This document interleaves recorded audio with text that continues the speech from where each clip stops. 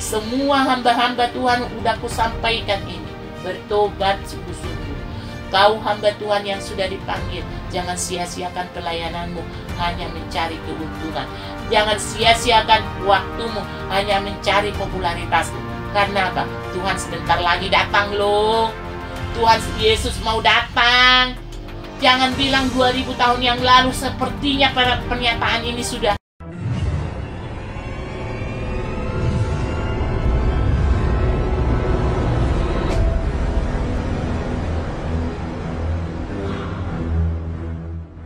Yesus Tuhan Raja yang mulia yang datang ke dunia ini untuk menyelamatkan umatnya. Dia datang untuk memberi hidupnya untuk dunia ini, supaya dunia ini memperoleh keselamatan yang diberikan oleh Allah sendiri kepada umat manusia. Oleh sebab itu, karena begitu besar kasih Allah akan dunia ini, begitu besar kasih Allah, berarti kasih Allah tidak pernah terbatas. Kasih Allah tidak bisa diukur dengan apapun. Kasih Allah tidak bisa dihitung dengan apapun. Itulah begitu besar kasih Allah akan dunia ini. Dia memberikan hidupnya untuk umat manusia. Dia menanggalkan seluruh keberadaannya yang penuh kemuliaan, yang penuh dengan kehormatan, yang penuh dengan keagungan itu. Dia mau dihina, dia mau ditolak. Itu karena kasihnya yang begitu besar. Umat-umat manusia yang menerima Kristus sebagai jalan perdamaian kepada Bapa, terimalah dia, engkau akan diselamatkan. Terimalah dia, bahwa engkau mendapatkan kasih kemurahannya dan anugerahnya yang tidak terbatas. Anugerah yang luar biasa, anugerah yang terbesar itu adalah Kristus Yesus yang sudah diberikan kepada hidup manusia itu sendiri. Diperdamaikan lewat kayu salib, lewat kematiannya, yang dahulu manusia itu jauh dari Allah, bahkan jatuh, bahkan hidup di dalam dunia maut. Tetapi datang Kristus, datang Bapa memberikan anaknya yang sudah memperdamaikan di kayu salib. Dengan penebusan dan kematiannya di kayu salib, manusia itu kembali bersatu di dalam Kristus, di dalam Bapa, dan Bapa di dalam anak-anaknya sendiri. Oleh sebab itu, marilah engkau umat-umatku, datanglah kepadanya. Marilah engkau seluruh orang-orang yang sudah dipilih dan dipanggil untuk menerima anugerah, yaitu Kristus sebagai Tuhan dan Juru Selamatmu. Sembahlah dia di dalam roh dan kebenaran. Taatilah dia, jalanilah perintahnya, lakukanlah itu dengan bertujuan kepada Kristus. Jangan anggap hidupmu di dunia ini sia-sia. Jangan anggap hidupmu di dunia ini tidak berarti. Karena Kristus sudah datang menebus dan memanggil, memilih engkau. Jadilah engkau pelaku dan melakukan ketaatan di dalam kebenaran. Hidupmu yang dulu sia-sia tidak lagi sia-sia, tetapi berharga di mata Kristus. Hidupmu dulu yang hidup di dalam kematian, tetapi engkau dibangkitkan dan dihidupkan di dalam Kristus Yesus. Karena kematian atau sengat maut itu sudah dikalahkan oleh Kristus Yesus. Engkau sekarang merdeka di dalam dunia dosa ini. Tetapi sekarang engkau sudah hidup di dalam kebenaran Allah. Jadilah engkau mempermuliakan Raja yang mulia. Sebab kalau dia tidak menyayangkan anaknya, seharusnya engkau sebagai anak Tuhan, sebagai pilihan Tuhan, sebagai atas pemanggilan Tuhan harap hidupmu, engkau tidak menyayangkan hidupmu untuk hidup di dalam Tuhan. Karena kalau kau hidup di dalam Tuhan, kau berharga di mata Tuhan. Dia memang tidak memandang engkau, tetapi Kristus memandang engkau, bahkan menganggap engkau setara dengan dia di dalam kemuliaannya, karena dia adalah Raja yang memimpin engkau ke dalam kekekalan. Jangan cari kepanahan dunia ini. Jangan hidup kamu di dalam kepanahan dunia ini. Sekalipun engkau hidupmu masih di dunia ini, tetapi ingatlah, Tuhan yang menjadikan engkau di bumi ini supaya kau hidup di dalam kekekalan Allah. Supaya engkau setia melakukan kebenaran Allah itu sendiri. Supaya engkau mendapatkan sesuatu janji yang dijanjikan Tuhan. Karena Tuhan tidak pernah menjanjikan anak-anaknya hidup di dalam kekurangan, hidup di dalam kekosongan. Tapi Tuhan menjanjikan hidup anak-anaknya di dalam kelimpahan. Kelimpahan apa? Kelimpahan kasih karunia Bapa, kelimpahan kemurahan Bapa, kelimpahan berkat-berkat Bapa. Oleh sebab itu, taruhlah hidupmu di dalam kemuliaan Bapa. Taruhlah hatimu di dalam seluruh kemuliaan Bapa. Dia akan memimpin engkau kepada sungai kehidupan. Dia akan memimpin kau ke dalam kelimpahan kasih karunia Allah. Apa itu kasih karunia Allah? Engkau di dunia ini mungkin mengalami kesulitan, mengalami sesuatu kegagalan, tapi di dalam Kristus engkau akan dipermudah masuk ke dalam kelimpahan itu sendiri, masuk di dalam kemurahan, sehingga engkau diberi hikmat untuk menjalankan hidup ini dengan penuh hikmat daripada Tuhan.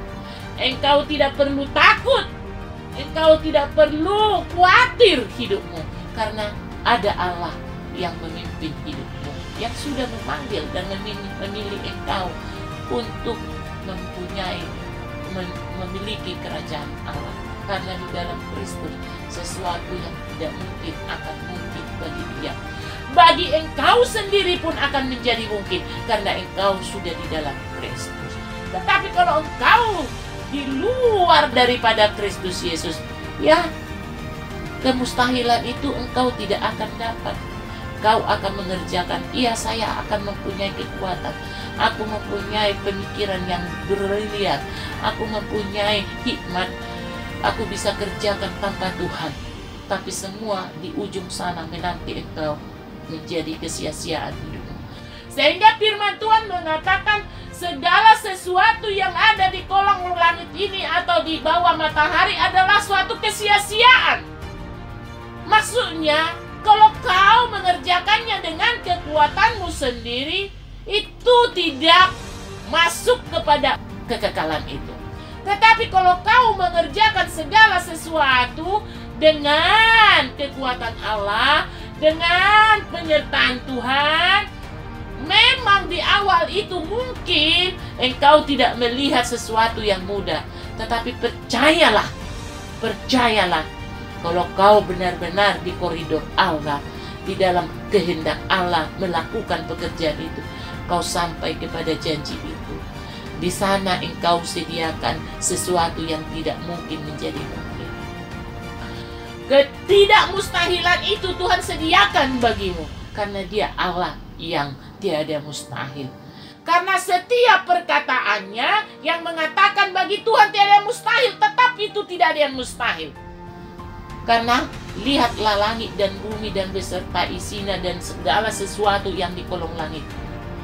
Siapa yang memulai selain daripada Tuhan itu sendiri? Siapa yang bisa membentuk ini selain daripada Allah sendiri? Siapa yang membuat dunia ini awal penciptaan sampai Dia mengakhiri penciptaan itu sendiri? Siapa yang memulai kalau enggak Kristus Yesus, Tuhan Allah yang hidup?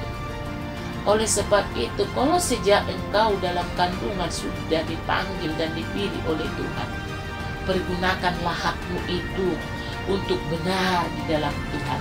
Tetapi sebagai anak-anak Allah, engkau harus mematuhi Dia sebagai kepala di dalam hidupmu, Dia sebagai raja dalam hidupmu, Dia sebagai pemimpin dalam hidupmu. Maka engkau akan disediakan sesuatu yang tidak mungkin.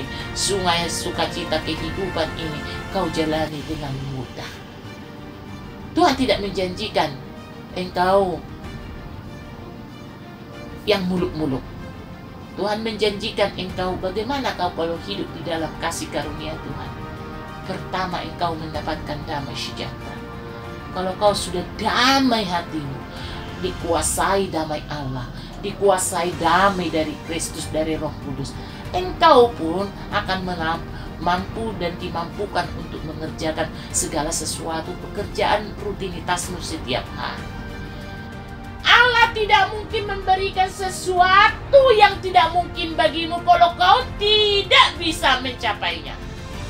Justru segala sesuatu yang tidak mungkin itu, kalau kau hidup di dalam Tuhan, kau bisa mencapainya karena Dia yang memberi janji itu, karena Dia yang menyertai engkau sampai engkau menerima janji itu, sampai engkau masuk dalam kepenuhan Roh Kudus, sampai engkau masuk ke dalam seluruh kehidupan daripada Bapa.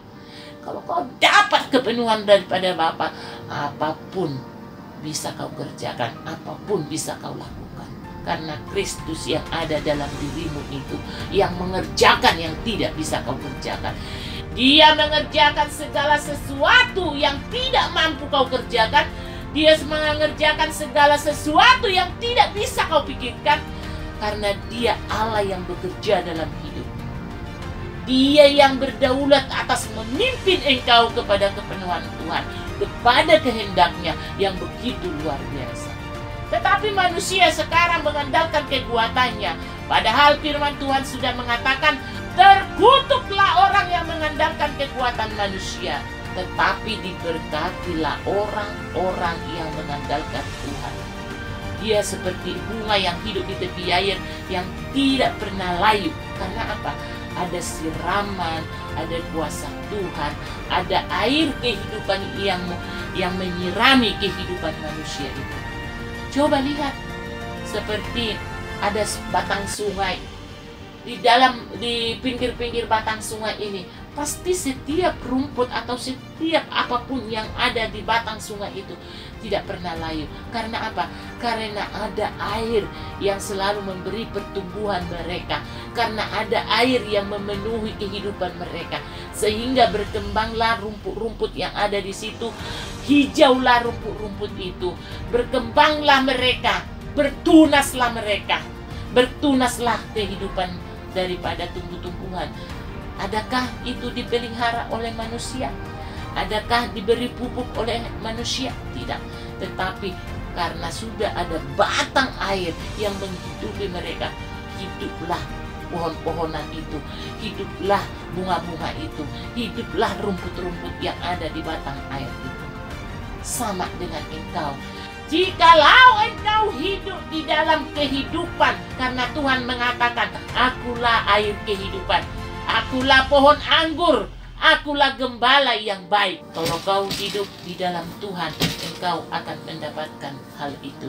Engkau akan terus berbuah-buah, engkau terus diberi pertumbuhan-pertumbuhan secara luar biasa di dalam Kristus Yesus. Maka firman, kalau kau hidup di dalam firman, engkau pun akan semakin matang, didewasakan, semakin matang, sehingga engkau mencapai kepada kedaulatan Allah yang Tuhan sediakan bagimu. Engkau akan mampu menjangkau pikiran Allah yang tidak bisa terjangkau itu. Karena apa? Karena engkau ada di sana. Dia pun akan memberikan sesuatu apa yang ada di dalam diri Yesus itu sendiri. Dia pun akan memberikan apa isi hati daripada Tuhan itu sendiri. Cara pikirmu juga akan dirubah oleh Allah itu sendiri. Oleh sebab itu, jangan engkau sia-siakan hidupmu dengan berupa-rupa dunia ini. Tapi mari berikan hidupmu dipimpin oleh Tuhan. Berikan hidupmu dipimpin oleh Roh Kudus sampai kepada kepenuhan daripada Roh Kudus, supaya engkau menikmati kasih karunia Bapa yang begitu luar biasa sediakan.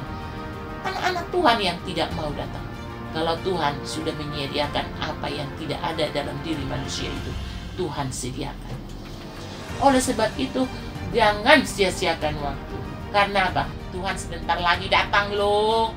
Tuhan Yesus mau datang. Jangan bilang 2000 tahun yang lalu sepertinya pernyataan ini sudah. Tidak. Ini hari-hari zaman terakhir kedatangan dan penggenapan janji Tuhan. Semua hamba-hamba Tuhan udah kusampaikan ini. Bertobat sungguh-sungguh. Kau hamba Tuhan yang sudah dipanggil, jangan sia-siakan pelayananmu hanya mencari keuntungan.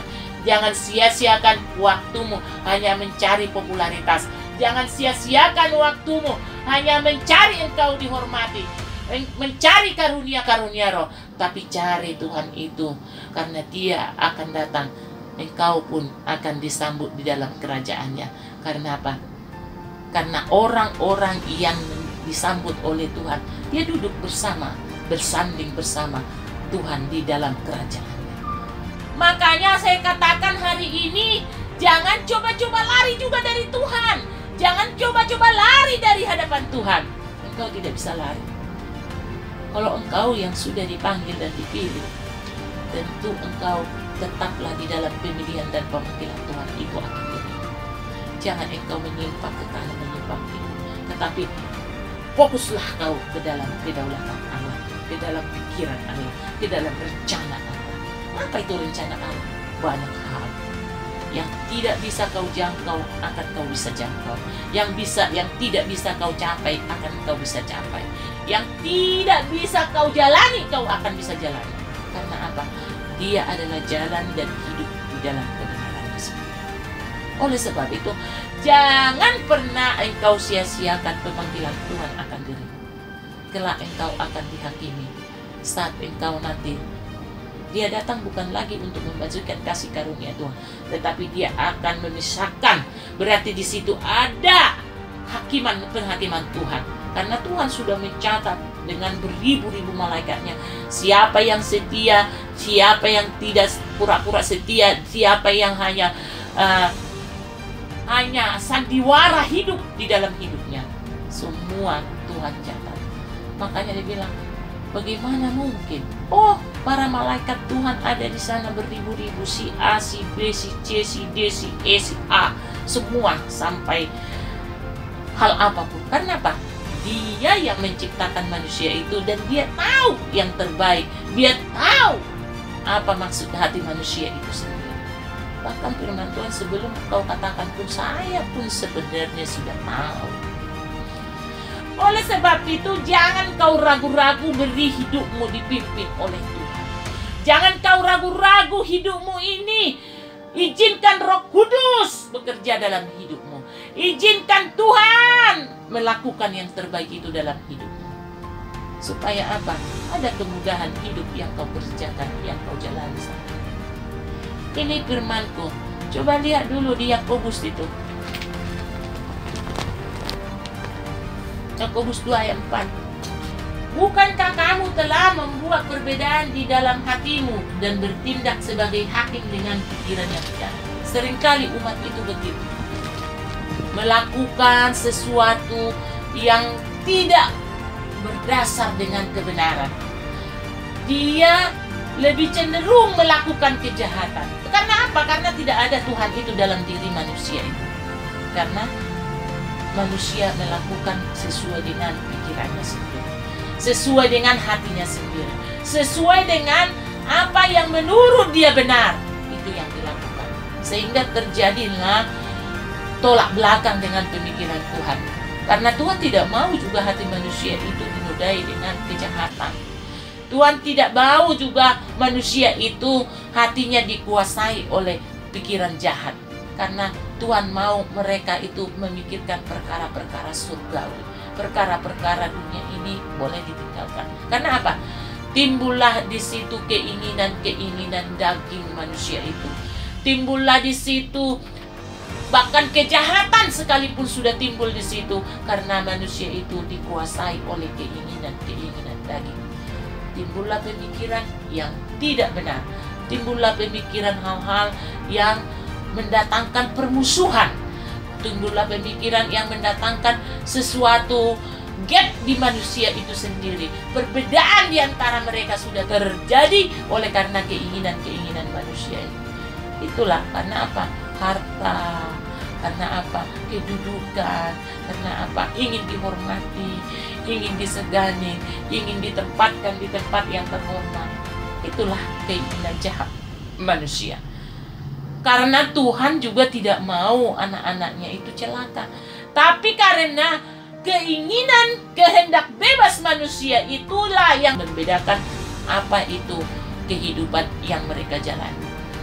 Kalau kehendak bebas yang diberikan Tuhan kepadamu, tentu engkau tidak akan menyalahgunakan kehendak bebas itu. Tetap engkau di jalan kebenaran firman Allah. Supaya apa? Tuhan memberikan janji kepada umat-umatnya, kepada engkau, supaya engkau menerima dan menikmati janji-janji itu. Kenapa janji itu tidak terlaksana? Karena keinginan manusia itu sendiri sudah dikotori oleh keinginan-keinginan daging yang menonjol dalam diri manusia itu sendiri. Bukan keinginan roh Allah, bukan keinginan daripada Tuhan yang ada dalam diri manusia itu, tetapi keinginan dari mereka yang membawa mereka ke dalam dosa, yang membawa mereka jatuh di dalam jurang maut. Padahal Tuhan mau anak-anaknya itu hidup di dalam kehendak roh Allah sendiri. So, jikalau kau dipimpin oleh roh Allah, engkau pun akan menikmati kasih karunia Allah itu sendiri. Itu berkatmu pagi hari ini. Mari berdoa. Di dalam Kristus Yesus segala sesuatu sudah tersedia. Di dalam Kristus Yesus segala sesuatu yang tidak mungkin akan menjadi mungkin dalam kehidupan kami. Bukan akan, tetapi mungkin dalam kehidupan kami. Dan kami pun berdoa di dalam nama Tuhan Yesus. Jadilah kehendak-Mu Tuhan bagi seluruh kehidupan kami, anak-anak kami, keluarga kami, kakak beradik kami, dan seluruh kehidupan berbangsa kami, bertanah air kami, bahkan juga seluruh umat-umat Tuhan. Di dalam Kristus Yesus diberkatilah keluargamu, diberkati anak cucu dari orang tuanya, diberkati ladangnya, diberkati adonannya, pembendaharaannya, dan anak cucunya tidak pernah meminta-minta, tetapi perkasa di bumi. Hendaklah seluruh anak-anakku yang kukasihi hidup di dalam Tuhan, supaya berkat itu terjadi padamu. Diberkati ladangmu, bakat usahamu, pekerjaan, dan orang-orang yang kau temui berkat. Dan seluruh adik-adikmu, abang-abangmu, kakak-kakak, dan seluruh umat-umat manusia, dan bahkan juga bangsa yang dimana engkau ditempatkan Tuhan menjadi berkat bagi bangsa ini. Keluar masukmu diberkati oleh Tuhan. Apa yang dikerjakan oleh tanganmu diberkati oleh Tuhan. Anak-anakmu dalam pendidikan diberkati oleh Kristus Yesus, dan dibuat naik imanmu, dan engkau tidak turun, tetapi semakin didewasakan kerohanianmu, semakin dimatangkan engkau di dalam pengenalan akan Kristus, supaya engkau menerima karunia-karunia roh, sehingga engkau mampu bernubuat, engkau mampu berbahasa roh, engkau mampu menikmati hikmat daripada Tuhan, engkau mampu bernasehati, engkau mampu mengajar, mendidik, dan menyembuhkan orang-orang sakit. Karena apa? Otoritas Allah memberikan karunia-Nya untuk mempermuliakan Allah sendiri. Diberkatilah engkau. Mari terima berkat Tuhan. Engkaulah sebagai kepala rumah tangga. Berdoalah menerima berkat supaya turun kepada anak-anakmu dan orang-orang yang kau berkati.